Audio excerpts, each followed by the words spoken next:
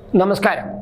വയനാട്ടിൽ വീണ്ടും മാവോയിസ്റ്റുകൾ വന്നു എന്ന വാർത്ത ഇപ്പോൾ പുറത്തു വരികയാണ്. അവർ വന്നിട്ട് ജനങ്ങളോട് വോട്ട് ബഹിഷ്കരിക്കണം, പോളിംഗ് ബഹിഷ്കരിക്കണം എന്ന് ആവശ്യപ്പെട്ടിരിക്കുന്നു എന്നാണ് വിവരം വരുന്നത്.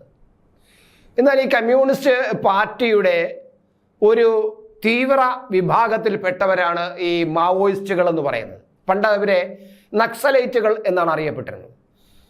പശ്ചിമ ബംഗാളിലെ നക്സൽബാരി എന്ന ഒരു സ്ഥലത്താണ് അവർ പ്രത്യേക യോഗം കൂടി അവർ ചില തീരുമാനങ്ങൾ എടുക്കുകയും അതിൻ്റെ ഭാഗമായിട്ട് രാജ്യത്ത് സായുധ വിപ്ലവം കൊണ്ടുവരണമെന്ന് തീരുമാനിക്കുകയും ചെയ്തത് അങ്ങനെയാണ്.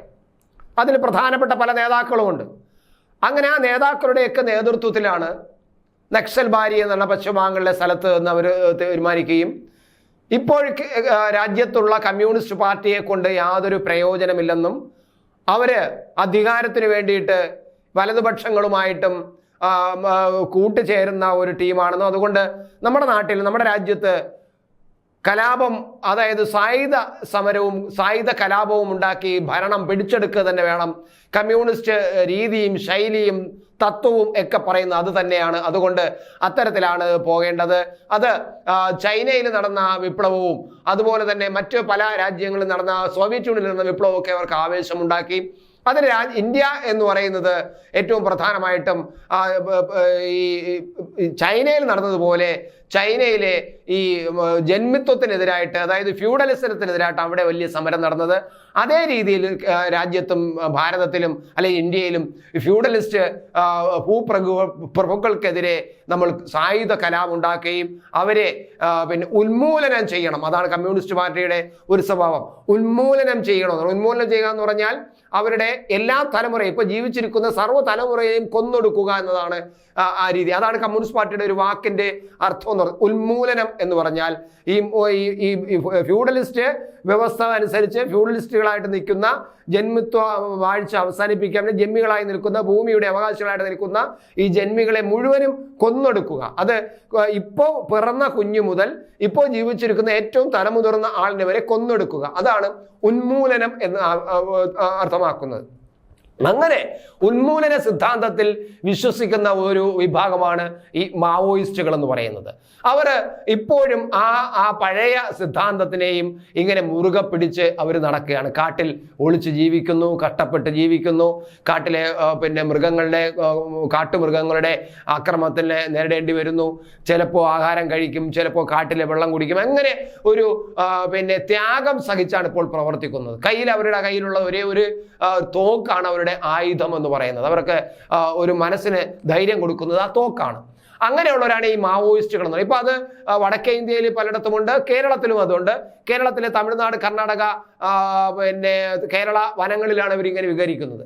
അങ്ങനെയുള്ള ഒരു ടീമാണ് ഇപ്പോൾ വയനാട്ടിലെത്തിയെന്ന് പറയുന്നത്. അവർ പിന്നെ ഈ വയനാട്ടിലെ തലപ്പുഴ എന്ന പ്രദേശത്താണ് അവരെത്തിയത്. CP മൊയ്തീൻ എന്ന് പറയുന്ന ആളിന്റെ നേതൃത്വത്തിലുള്ള, അതായത് മാവോയിസ്റ്റ് നേതാവായ CP മൊയ്തീൻ, ആ CP മൊയ്തീന്റെ നേതൃത്വത്തിലുള്ള 4 അംഗ സംഘമാണ് എത്തിയത് എന്നാണ് വിവരം ലഭിക്കുന്നത്. കമ്പമല പാടിയോട് ചേർന്നുള്ള പ്രദേശത്താണ് കമ്മ്യൂണിസ്റ്റ് ഭീകരരെത്തിയത്, ഈ മാവോയിസ്റ്റുകൾ എത്തിയത്.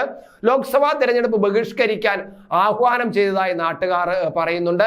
രാവിലെ 6 മണിയോട് കൂടിയാണ്, 6 മണി കഴിഞ്ഞപ്പോഴാണ് അവർ ഇവിടെ എത്തിയത്, ഈ സംഘം എത്തിയതെന്നും നാട്ടുകാർ പറയുന്നുണ്ട്. ആയുധങ്ങളുമായി എത്തിയവർ 20 മിനിറ്റോളം പ്രദേശത്ത് നിൽക്കുകയും മുദ്രാവാക്യം വിളിക്കുകയും ചെയ്തതായി നാട്ടുകാർ പറയുന്നുണ്ട്.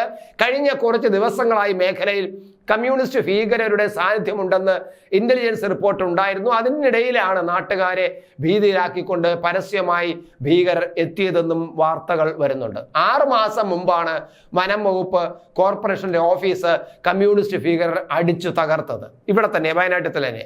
ഇതിന് പിന്നാലെ പോലീസും തണ്ടർ ബോൾട്ടും ചേർന്ന് പ്രദേശത്ത് തിരച്ചിൽ നടത്തിയിരുന്നു. സംഭവത്തിൽ 2 കമ്മ്യൂണിസ്റ്റ് ഭീകരരെ സംഘം പിടികൂടുകയും ചെയ്തിരുന്നു. ഇതിനിടയ്ക്ക് ഒരു പ്രധാനപ്പെട്ട മാവോയിസ്റ്റിന് ആന ആക്രമണത്തിൽ പരിക്കേറ്റ് അയാൾ ഈ മാവോയിസ്റ്റ് സിദ്ധാന്തമൊക്കെ വെടിഞ്ഞുകൊണ്ട് ചികിത്സ നേടിയ കഥയും പുറത്തു വന്നുണ്ട്. ഞാനിവിടെ ഈ പറയുന്നത്, ഈ മാവോയിസ്റ്റുകൾ ഇങ്ങനെ എന്തിനാണ്? ആരുടെ മത്സരിക്കാനാണ്, ആരെ തോൽപ്പിക്കാനാണ്, ആരെ പിന്നെ ഇന്ത്യ എന്ന ഈ മഹാരാജ്യത്തെ ലോകം മുഴുവനും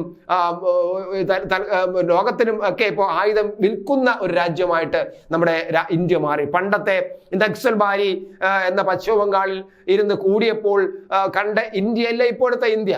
ഇന്ന് ആയുധങ്ങൾ പോലും വിൽക്കുന്ന രാജ്യമാണ് ഇന്ത്യ എന്ന് പറയുന്നത്.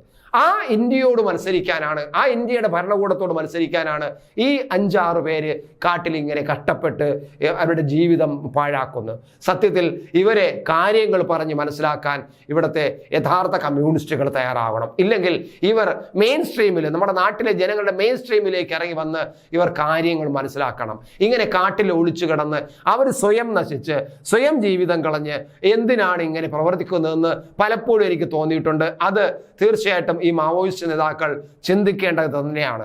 ഒരു കാരണവശാലും ഒരു കാലത്തും നിങ്ങൾ ഉദ്ദേശിക്കുന്നത് പോലുള്ള ഒരു സായുധ വിപ്ലവം ഇന്ത്യയിൽ നടത്താനോ ഇന്ത്യൻ ഭരണകൂടത്തെ ആ തരത്തിൽ അട്ടിമറിക്കാനോ കഴിയില്ല എന്നത് പകൽ പോലെ വ്യക്തമാണെങ്കിൽ പോലും എന്തിനു വേണ്ടി ഈ ത്യാഗം എന്നത് ചോദ്യം തന്നെയാണ്.